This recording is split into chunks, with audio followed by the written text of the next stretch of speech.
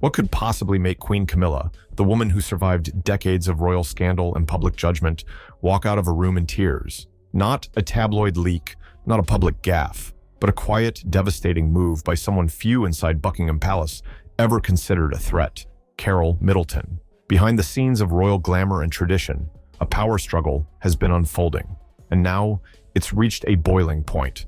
What did Carole Middleton do that has insiders whispering about a royal reckoning? Buckle up, because this story may change everything you thought you knew about Britain's royal family. To the outside world, Buckingham Palace operates like a flawless machine.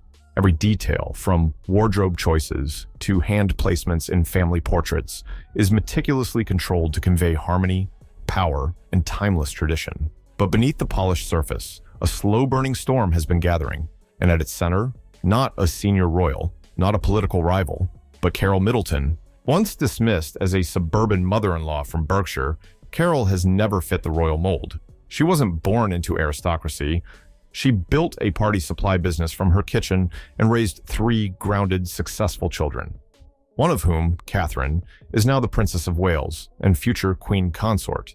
But Carole didn't just raise a royal. She helped shape her daughter's path inside one of the most rigid and archaic institutions on Earth.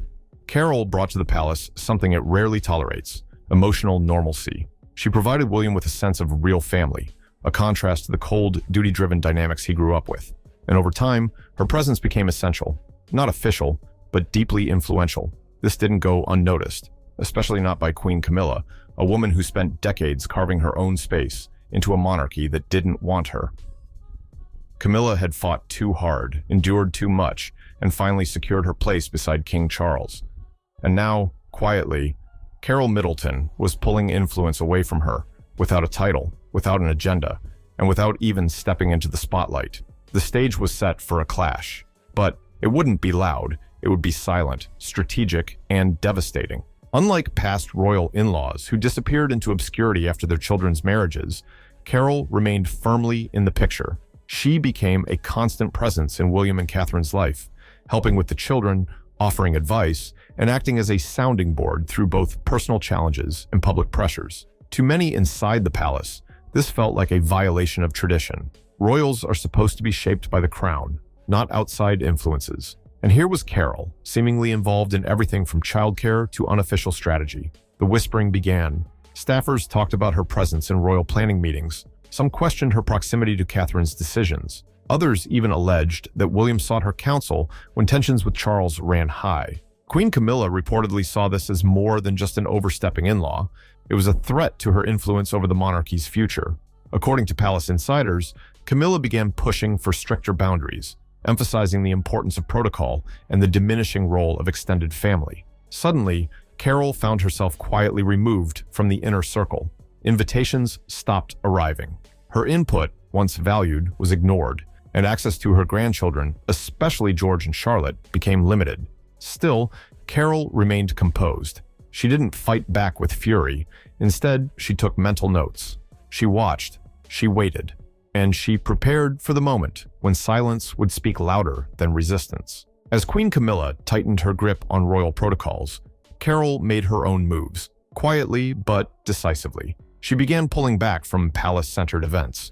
She encouraged Catherine to do the same, subtly shifting priorities toward family gatherings in Bucklebury rather than formal engagements in London or Windsor. Observers began noticing changes in Kate's schedule: fewer appearances with Camilla, more solo outings, increased focus on the early years campaign and children's charities, areas Carole had always supported. Behind the scenes, royal watchers noted a change in William's demeanor too: less formality, more warmth. The influence of the Middletons was still present, just more strategically channeled. This was Carole's way of pushing back, not through confrontation, but through subtraction. She took away the illusion of harmony and exposed the reality of competing influences within the monarchy. Camilla, used to controlling the unspoken hierarchy, felt the ground shifting. Carole's silent maneuvering wasn't just undermining her authority, it was winning public favor. The public saw a grandmother devoted to her family, the palace saw a strategist, and Camilla saw a rival. Princess Charlotte's christening in 2015 should have been a moment of joy, but for the Middletons, it became a turning point in their relationship with the palace. Carole had helped coordinate an intimate post-ceremony reception, a blend of Middleton family warmth and royal tradition. She had selected a menu inspired by family recipes, arranged for a small gathering of close friends, and even planned decorations that reflected both sides of Charlotte's heritage. Then came the palace intervention. 3 days before the event, palace officials expanded the guest list, inviting aristocrats with no connection to the child. The venue was moved from a family-friendly location to a formal palace setting. The menu was changed. Middleton touches were erased.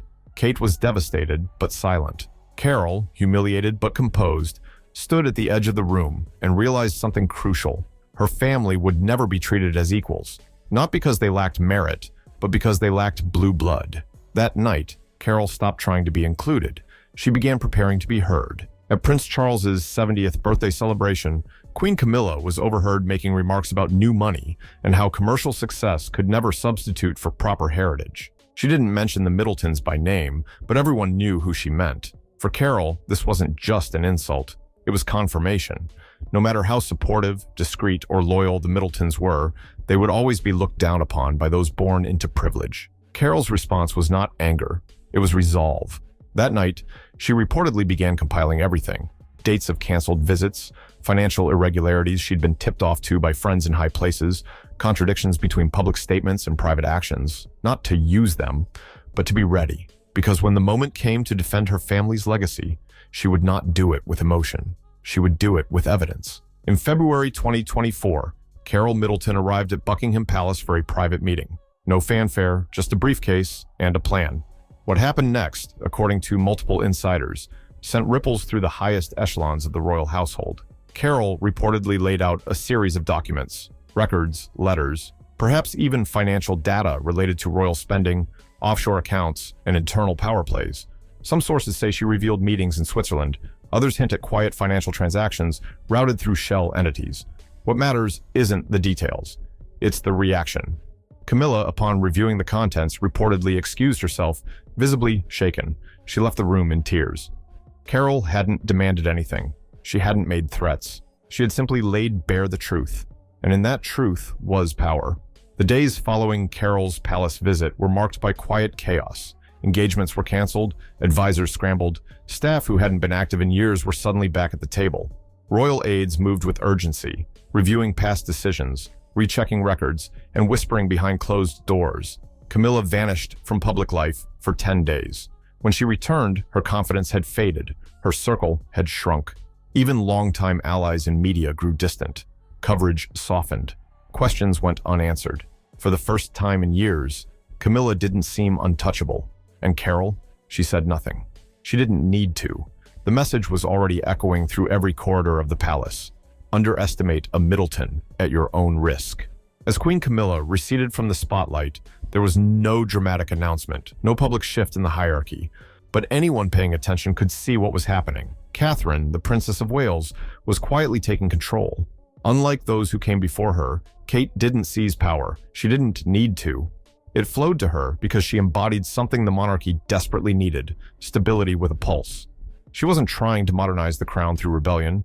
She was doing it through quiet consistency, through trust, through action. Public events that had once revolved around senior royals now centered around Kate.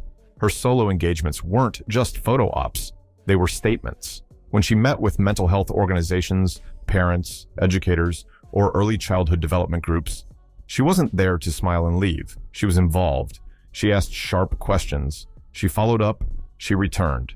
Inside the palace, her influence was even more obvious. Her private office, once a ceremonial formality, now had real sway. Her staff expanded. Her briefings grew deeper. Royal aides began to note how often final decisions seemed to trace back to Kate's input. Her proximity to King Charles, both literal and figurative, became undeniable. Her office was moved closer to his within the palace complex, symbolizing her growing authority. William, too, had changed. More composed, more confident, less burdened. Observers noted that his public interactions had taken on a gentler tone, his humor more natural, his connection to the public more effortless. And that wasn't just personal growth. It was partnership. It was Kate. She had become the steadying force not just in William's life, but in the monarchy itself. And that foundation, built in large part by Carole Middleton.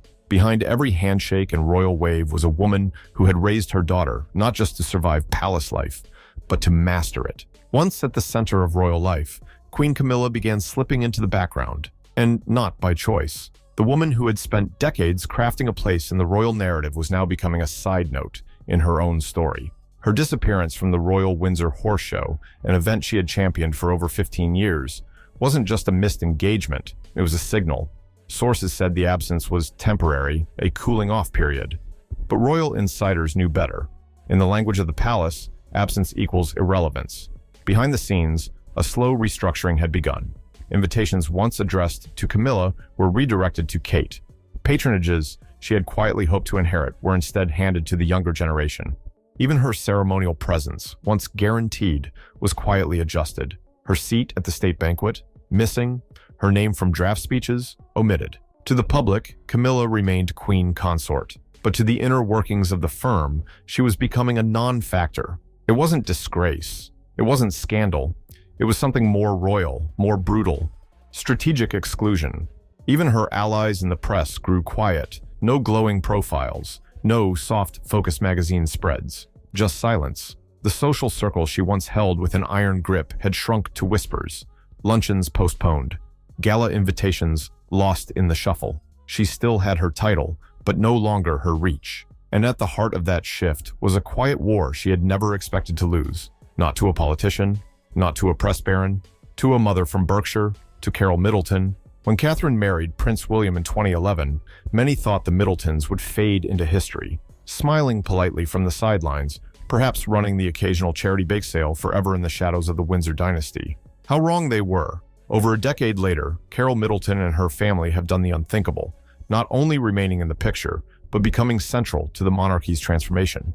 And it wasn't through rebellion, it was through refinement. Through every major royal shift, from William and Kate's rebrand as the modern monarchy, to their hands-on parenting style, to their relatable public image, the Middleton values were there. Stability, groundedness, discretion, authenticity. Carole didn't just raise a future queen, she raised a woman who understands how to rule in a 21st century monarchy, one who wears Zara next to Alexander McQueen, who balances royal protocol with real-world empathy, who embodies grace under pressure without becoming robotic. And that evolution? It's working. Polls show the Prince and Princess of Wales are the most popular members of the royal family. Their appearances draw massive attention. Their charitable work leads headlines. They've become the public's choice for the future of the crown. And behind them, always quietly in the background, is Carole. She doesn't issue statements. She doesn't court cameras. But she's there in the way Catherine carries herself, in the way William smiles more, in the way the next generation of royals, George, Charlotte, and Louis, are being raised to blend duty with humanity. Carole Middleton isn't a royal by blood, but she's changed the royal family more than most born into it. She proved that influence doesn't need a crown.